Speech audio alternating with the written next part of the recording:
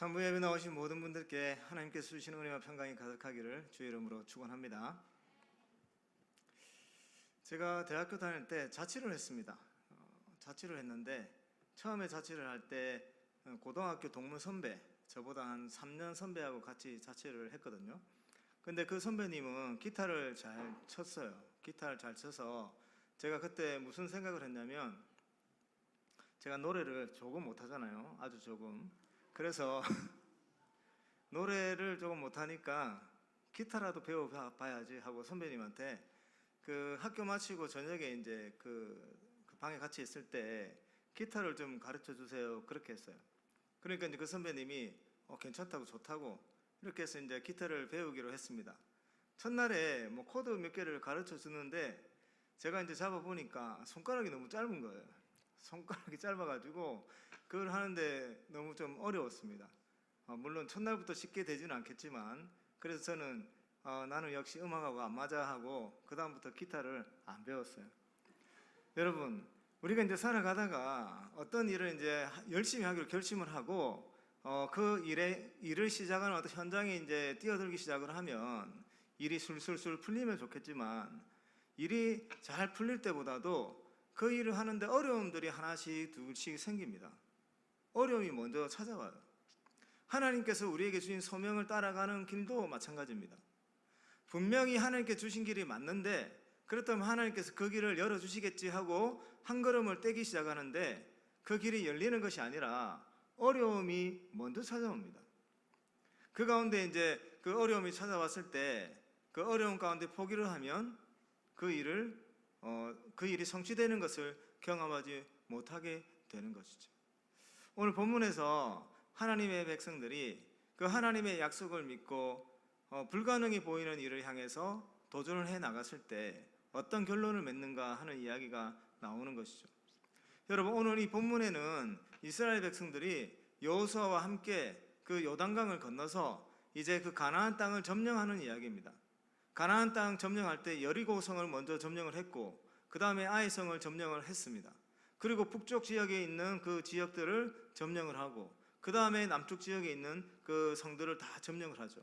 그러면서 오늘 본문의 마지막에는 그 모든 족속들과 전쟁을 펼쳐서 승리를 거두고 그 땅에 전쟁이 그쳤더라라고 하는 말씀으로 오늘 이 본문이 마무리가 되는 거예요. 근데 오늘 본문을 읽어보면 유독 강조되는 그 이야기가 하나가 있는데, 아낙 자손들의 이야기가 나옵니다. 북쪽의 지파들 모두 다 진멸하고 남쪽의 지파들 다 진멸을 했어요.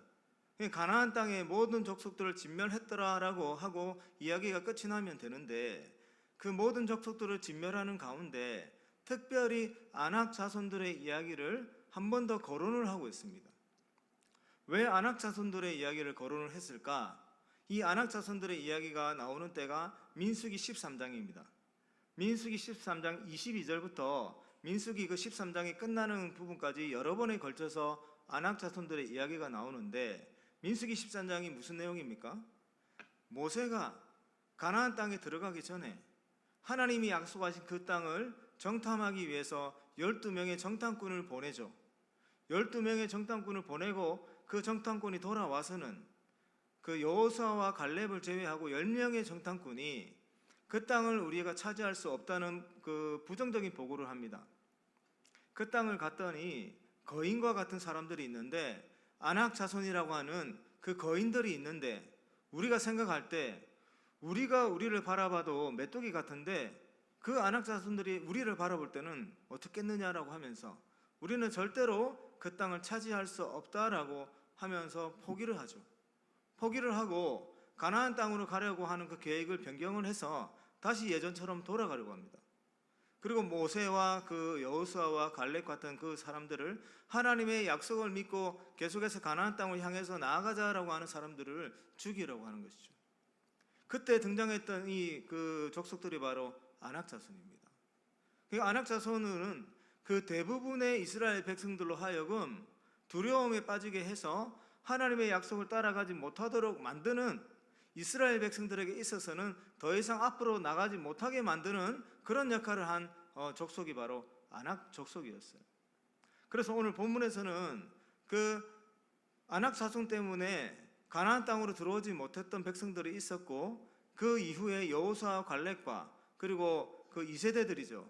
출애굽했을 때 2세대들, 그 2세대들이 이제 하나님의 약속을 믿고 가나안 땅을 점령했을 때 이 아낙 자손의 이야기를 꼭 기록할 수밖에 없었던 겁니다.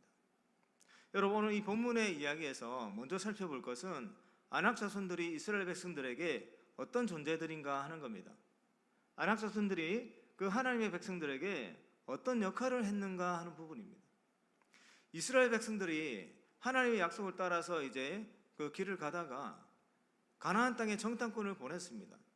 그 정탐꾼이 아낙 자손들을 바라봤을 때 무엇을 이제 느끼게 된 겁니까? 자신들의 한계를 깨닫게 된 거예요. 아낙 자손들을 바라봤을 때 우리의 힘으로는 절대로 아낙 자손들과 맞서 싸워서 이길 수가 없다. 저 가나안 땅이 하나님께서 약속하신 대로 젖과 꿀이 흐르는 땅이고 과실이 풍성한 땅이고, 그 땅에 갔을 때 그 땅에 거주하는 사람들만 아니라면 우리가 그곳에서 풍성함을 누리며 살아갈 수 있겠지만, 저곳에 거주하는 아낙 자손들 때문에 우리는 절대로 그 땅을 차지할 수 없다는 생각을 가지게 된 거예요. 이스라엘 사람들은 아낙 자손들의 그 거대한 덩치를 보고 한계를 느끼게 되었고, 그 한계 앞에서 뒤로 돌아서려고 했던 겁니다. 여러분, 우리가 하나님의 그 길을 갈 때, 하나님께서 우리에게 약속하신 그 길을 따라갈 때 반드시 이런 과정을 만나게 되는데, 우리는 우리의 힘으로 해결할 수 없는 문제를 만날 수밖에 없습니다. 그 문제 앞에서 우리는 우리가 얼마나 연약한 존재인가, 우리가 얼마나 부질없는 존재인가, 우리가 얼마나 한없이 능력이 없는 존재인가 뼈저리게 느끼는 그런 순간이 찾아옵니다. 이스라엘 백성들이 가나안 땅 들어갔을 때 만났던 아낙 자손들처럼 우리가 하나님께서 주신 그 길을 따라 나설 때 우리로 하여금 우리 자신의 한계를 느끼게 만들고 우리의 무가치함을 느끼게 만드는 그런 아낙 자손과 같은 그런 환경과 존재들을 만날 수밖에 없어요. 그런데 하나님께서는 왜 그런 존재, 그런 환경을 만나게 하실까요? 우리가 우리의 그 한계를 경험할 때 우리의 힘으로 해결할 수 없는 문제가 있고, 우리의 힘으로 뛰어넘을 수 없는 어떤 문제가 있고, 우리의 지혜와 우리의 능력으로는 그 무엇도 해결할 수 없다는 사실을 깨닫게 될 때 우리는 하나님 앞에 온전히 무릎 꿇을 수가 있습니다. 그것 때문에 하나님은 반드시 이 과정을 거치게 하세요. 사랑하는 성도 여러분, 우리가 하나님의 백성으로서 주님께서 약속하신 그 길을 갈 때 그 어려움을 만나고 우리 힘으로 도저히 뛰어넘을 수 없는 그 환경을 만났을 때 하나님께서 우리를 버리신 것이 아니라 오히려 하나님께서 우리를 하나님의 품 안으로 더 당겨주시는 그런 계획이 있다라고 하는 사실을 꼭 믿을 수 있기를 바랍니다. 여러분, 자기 자신의 한계를 느끼지 못하는 사람들, 자기 자신이 정말로 부질없다라고 하는 사실을 깨닫지 못하는 사람들은 하나님을 온전히 신뢰할 수 없습니다.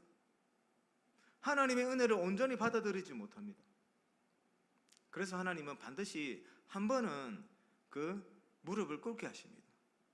한 번은 우리가 정말 아무것도 할 수 없는 존재라고 하는 사실을 깨닫게 하십니다. 그 사실을 그 아낙 자손, 우리 인생 앞에 다가오는 아낙 자손들을 만났을 때 하나님 앞에 무릎 꿇고 하나님께 더 신뢰하고 하나님을 의지하면서 그 길을 계속할 수 있는 은혜가 있기를 주의 이름으로 축원합니다. 그래서 이스라엘 백성들이 아낙 자손들을 만났어요. 그 한계를 이제 깨달았습니다. 그 한계 앞에서 두 가지 반응을 보인 사람들이 있는데, 한 부류는 어떤 반응을 보였냐면 그 한계 앞에서 뒤돌아선 사람들이죠. 10명의 정탐꾼과 함께 그 사람들의 보고를 받고 그 사람들의 뜻에 동조했던 대부분의 이스라엘 사람들이 그 한계 앞에서 다시금 예전에 애굽에서 종살이 하던 그 삶으로 돌아가자고 마음을 먹었던 사람들입니다. 그 사람들 돌아가기 위해서 여호수아를 죽이려고 했고 갈렙을 죽이려고 했던 사람들입니다. 그 한계 앞에서 하나님의 품 안으로 더 들어가지 못하고 오히려 하나님께서 주신 약속의 길을 벗어나서 다시금 예전에 애굽에서 종살이 했을 때의 그 삶으로 다시금 돌아가려고 했던 사람들이 이스라엘 백성들 중에 대부분의 사람들이었어요. 그런데 다른 한 부류는 모세, 여호수아, 갈렙과 같은 사람들이었는데 자신들의 그 한계를 만났을 때 그 상황을 보고 그 앞으로 나갈 길을 결정했던 것이 아니라 하나님의 약속을 믿고 그 하나님의 약속을 따라서 계속 그 길을 가자고 했던 사람들이죠. 소수의 사람들이었습니다. 이 두 가지 그 반응을 보인 사람들이 있었는데 그 나중에 하나님의 약속을 믿고 하나님이 신뢰하고 나갔던 사람들이 어떤 은혜를 받게 되었냐라고 하는 것을 아주 구체적으로 보여주는 성경이 바로 오늘 우리가 읽은 본문인 거예요. 여러분, 이스라엘 사람들이 힘이 없는 사람들이 맞습니다. 애굽에서 그 수백 년 동안 그 가축을 치던 사람들이었어요. 그리고 그 건물 짓는 건축업에 그 동원되었던 그런 노예들이었어요. 그들이 어디 전쟁터에서 활약했던 그런 사람들이 아니었습니다.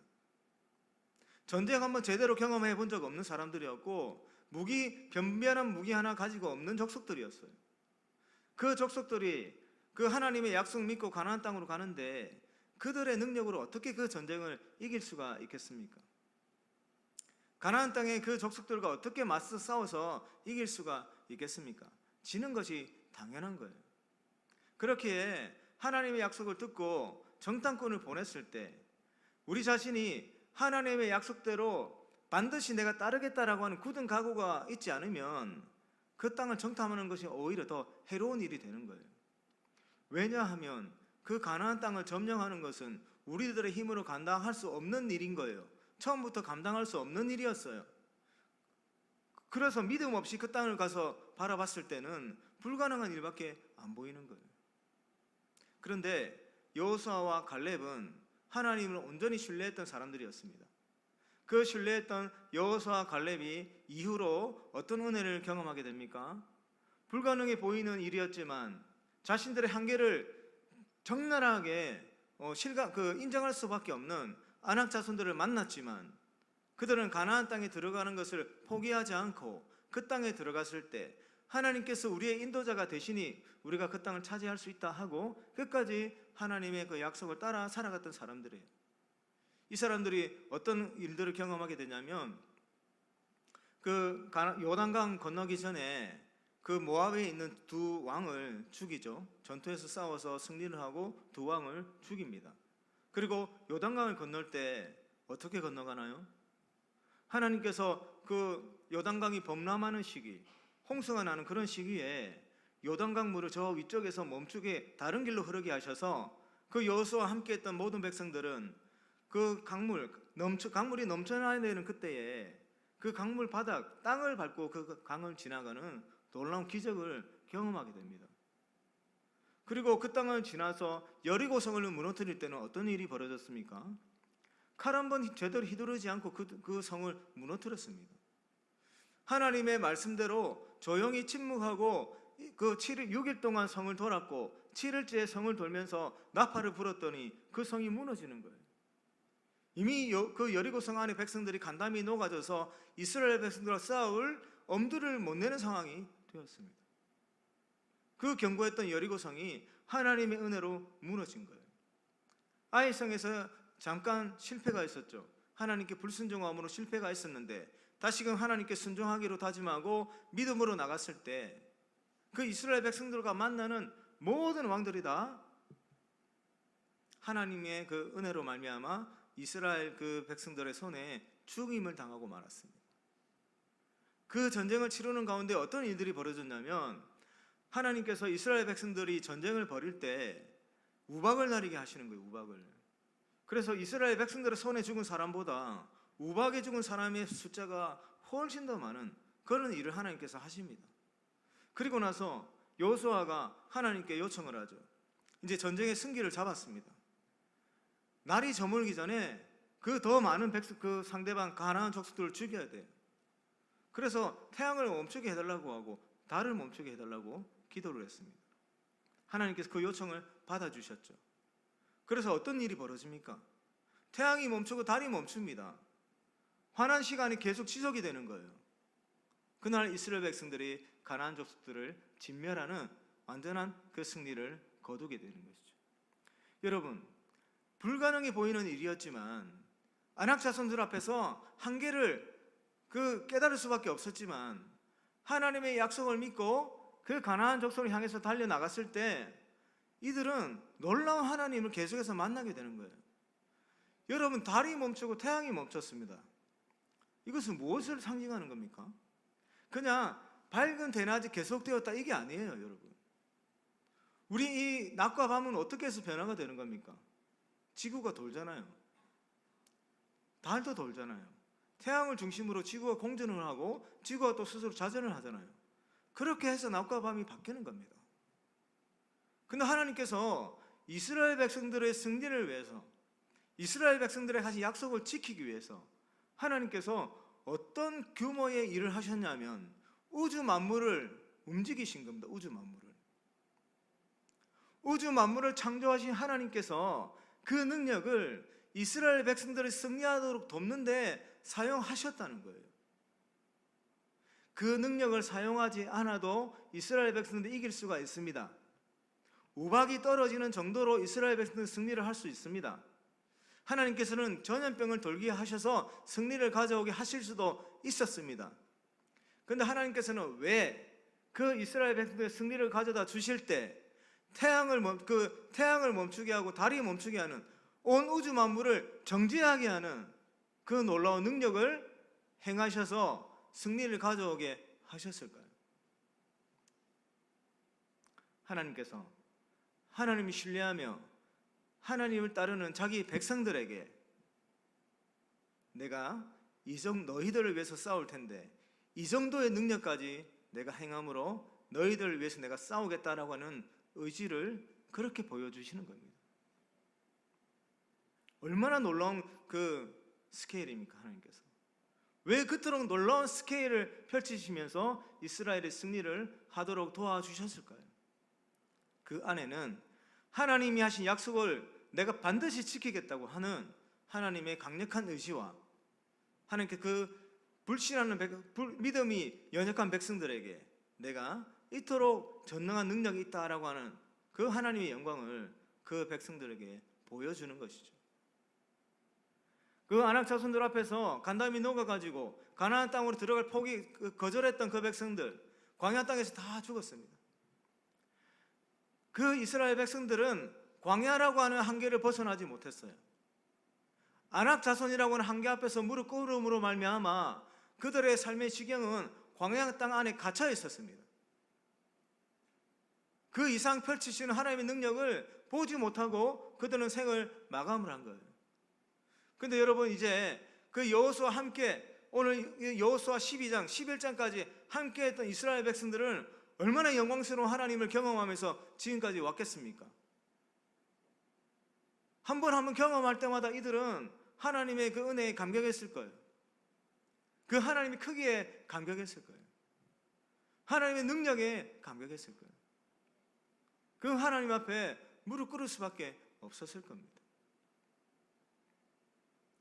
아낙 자손이라고 하는 한계 앞에 그 아낙 자손들 앞에 무릎 꿇지 않고 하나님의 약속을 신뢰하며 끝까지 하나님의 길을 걸어갔던 이스라엘 백성들은 그냥 전쟁에서 승리했다 이 정도가 아니라 우주 만물의 운행을 멈추시는 하나님의 영광을 경험을 했고 요단강물을 마른 땅으로 지나가게 하는 하나님의 능력을 경험을 했고 자연현상을 주관하셔서 승리할 수 없는 상대였던 가나안 족속을 손쉽게 승리할 수 있게 하는 하나님의 은혜를 경험했던 것입니다. 여러분, 오늘 이 전쟁을 그치고 이스라엘 백성들 지금까지 함께 하신 하나님의 은혜를 생각할 때 그 얼마나 놀라운 감격 속에 빠졌을까요? 그러면서 이 은혜를 경험하지 못한 이스라엘 백성들 얼마나 불쌍하게 여겼을까요? 사랑하는 성도 여러분, 하나님의 약속을 신뢰하며 아낙 자손들 앞에 무릎 꿇지 않고 하나님의 약속을 따라서 끝까지 달려나갈 수 있는 은혜가 있기를 주의 이름으로 축원합니다. 특별히 우리 청년들, 지난번에 제가 말씀 전할 때 우리 청년의 때는 기둥을 세우는 때라고 했습니다. 기둥을 세우는 때. 여러분들이 이렇게 불가능 앞에서 하나님을 신뢰하며 그 불가능한 현장 속으로 도전해 나갈 때 하나님께서 여러분들을 지켜주시고 인도해 주시고 보호해 주실 거예요. 하나님께서는 그 의지를 이스라엘 백성들이 10장에서 전쟁을 펼칠 때 해를 멈추게 하고 달을 멈추게 하는 그 천지 만물을 운행하는 하나님의 능력을 보여주시면서 하나님의 의지를 그렇게 보여주신 거예요. 그렇게 함으로 자기 백성들을 지켜주시겠다고 하는 강력한 의지를 보여주신 거예요. 여러분은 이 의지를, 하나님의 의지를 믿으셔야 하는 거예요. 그 의지를 믿고 나갈 때 하나님은 하나님을 신뢰하는 백성들을 실망시키지 아니하시고 하나님이 역사하십니다. 여러분들 인생 가운데 놓여 있는 안악자손들이 있을 거예요. 여러분들의 어떤 가정 환경 앞에 여러분들이 앞으로 나가지 못하는 그런 생각을 가질 수도 있을 것이고, 지난한 시간 동안 여러분들이 쌓아왔던 것들이 부족하다 생각해서 더 이상 더 큰 미래와 더 귀중한 것들을 생각하지 못하고 그냥 숨죽여 지내려고 하는 그런 시간을 보내는 분들도 있을 수 있습니다. 그러나 여러분들에게 도전합니다. 여러분들 하나님이 신뢰하면서 하나님 주신 소망을 품고 그 길을 향해서 더 큰 꿈을 꿀 수 있기를 주의 이름으로 축원합니다. 하나님께서 주시는 그 소망을 품고 나갈 때 그 모든 길들은 하나님께서 열어주십니다. 우리 청년의 때에 하나님 주신 소망 품고 그 소망을 따라서 살아가고 그 소망을 이루시는 하나님의 놀라운 영광들을 경험해봐야 되지 않겠습니까? 여러분, 제가 예전에 그 섬겼던 교회에서 선교부를 맡으면서 캄보디아를 여러 번 갔던 적이 있었는데, 그 캄보디아 프놈펜에 그 호산나 학교라고는 학교가 있습니다. 여성 선교사님이 이제 시작한 사역을 통해서 지어진 학교인데, 그 선교사님께서 90년대 중반에 캄보디아에 선교사로 파송받아서 나가셨어요. 캄보디아가 이제 90년도 초에 그 아직까지 내전이 있었습니다. 내전이 있다가 내전이 마무리되는 시점에 유엔 평화군이 들어와서 그 지역들을 그 안전을 이렇게 보살펴 주었던 그런 나라였거든요. 간간히 94년도에 그 처음으로 그 파송 나갔던 선교사님들 이야기를 들어보면 그때까지도 간간히 그 총을 쏘고 전투를 벌이는 일들이 간간히 있었대요. 근데 이제 이 선교사님이 94년이 좀 지나서 이제 갔는데, 그분이 처음에 교회 개척 사역을 도우러 갔다가 한 쓰레기 마을에서 유치원, 그러니까 7살이 안 된 어린아이들을 보고 그 아이들에게 마음이 빼앗겼습니다. 마음이 빼앗겨서 그 아이들을 돌보는 사역을 시작을 했던 거예요. 그 아이들은 부모님의 돌봄을 받지 못하는 아이들이었죠, 당연히. 어떤 한 아이는 제가 그 예전에 온 편지를 본 적이 있었거든요. 그래서 그 한 아이에 대한 편지를 그때 이제 보내왔는데, 그 아이의 엄마는 항상 약에 찌들려서 살아간대요. 근데 그 아이의 엄마도 이 아이의 아빠가 누군지를 모른대요. 무엇을 뜻하는 겁니까? 그 엄마 그렇게 엉망으로 살았던 거예요. 이 아이가 유일하게 할 수 있었던 것은 쓰레기 더미에 가서 일용할 양식을 이제 구할 수 있었던 거, 그거밖에 없었던 거예요. 선교사님이 이 아이들을 보고 마음이 빼앗겨서 아이들을 돌보기 시작했던 거예요. 그런데 이 아이들을 이제 돌봐서 유치원 사역을 시작을 하게 된 거죠. 유치원 사역을 시작을 했는데 1년이 지나고 2년이 지나니까 이 아이들의 나이가 우리 한국으로 치면 8살이 된 거예요. 8살이 되면 어디로 가야 됩니까? 초등학교를 가야 되잖아요. 근데 선교사님이 이 아이들을 그냥 캄보디아에 초등학교를 보내려고 하니 보낼 수가 없는 거예요. 부모들의 돌봄을 받지 못하는 아이들을 그냥 캄보디아 그 공교육 체계에 맡기려고 하니까 못 맡기겠다는 거예요. 학교 교육도 제대로 되지 아니하고 부모들이 교육에 관심이 있는 것도 아니하고, 그럼 또 그대로 방치되어서 학교 공부 제대로 받지 못하고 또 쓰레기 더미로 나올 게 분명해서 못 보겠다는 거예요. 못 보내겠다는 거예요. 그리고 그때 당시에는 캄보디아가 그 70년대에 있었던 킬링필드 사건 아시죠? 그 지식인들, 거의 대부분의 지식인들을 다 죽였습니다. 공산 정권이. 한동안 공산 정권이 임했었어요. 캄보디아 정권, 그 나라에. 그래서 교수, 교사, 지식인들, 기술자들 다 죽였습니다. 학교에서 지금도 음악 교육이 정상적으로 안 되는 학교가 너무너무 많은 실정입니다. 그런 학교 못 보내겠다는 거예요. 그 선교사님이 그 아이들 데리고 시작했던 유치부 사역을 또 확장해서 초등학교 사역을 시작했던 겁니다. 그렇게 해서 6년이 지났어요. 6년이 지나면은 어디에 가야 됩니까? 중학교 가야 되잖아요. 못 보내겠다는 거예요. 그렇게 해서 중학교 사역을 시작을 했습니다. 3년이 지났습니다. 고등학교 가야 되잖아요. 캄보디아 공교육 고등학교에 못 보내겠다는 거예요. 그 아이들을. 그렇게 해서 고등학교 사역이 시작이 됐습니다. 물론 그 과정, 지금 제가 짧게 말씀드리지만 그 과정에는 수없이 많은 눈물과 기도와 후원과 단기 성경교팀의 도움과 파송교회와 협력교회와 수없이 많은 나라들의 그 헌신과 지원이 있었기 때문에 그 사역이 가능했던 것이죠. 그렇게 해서 고등학교까지 이제 세워진 거예요. 그래서 유치원, 초등학교, 중학교, 고등학교, 종합학교가 되었습니다.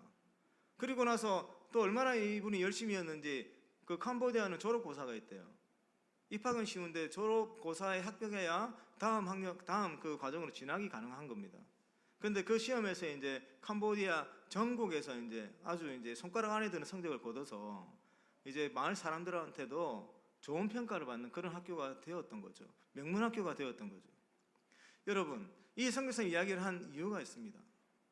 그 힘들고 그 냉전이 막 종식되었던 몇 년이 지나지 않은 그 열악한 환경의 캄보디아로 한 여성 선교사가 갔어요. 그 길에 안악자손과 같은 어떤 환경들이 얼마나 많았겠습니까? 그 환경에 굴해서 만약에 그 선교의 사역을 그만두고 돌아왔다면 그곳에서 그런 캄보디아의 어린 영혼들을 살려내는 그런 학교는 세워지지 않았겠죠. 그런데 그 수없이 많은 안악자손과 같은 사람들, 캄보디아의 환경들, 주변의 어떤 그런 정세들, 그런 것들 다 뒤로 하고 하나님이 주신 약속의 길을 따라서 그 캄보디아에 갔고 포기하지 않고 하나님 주신 마음을 따라서 그 사역을 감당을 했습니다. 여러분, 한 사람의 힘으로 어찌 그런 사역들을 감당할 수가 있겠습니까? 하나님께서 한국에 있는 수없이 많은 교회와 세계 각지의 교회와 하나님의 백성들의 손길을 통해서 단기 선교사, 장기 선교사의 손길을 통해서 그 사역 가운데 돕는 손길들을 보내주셨던 거예요. 하나님 놀라운 역사들을 그렇게 경험해 나가는 거예요.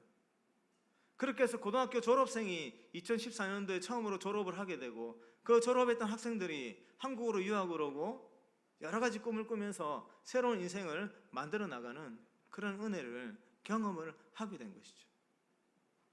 그러면서 그 십수년 전에 편지에 있었던 그 약에 빠진 엄마의 아이가 한국으로 유학을 오게 됩니다. 그 아이의 개인 인생은 어떨까요? 개인 인생.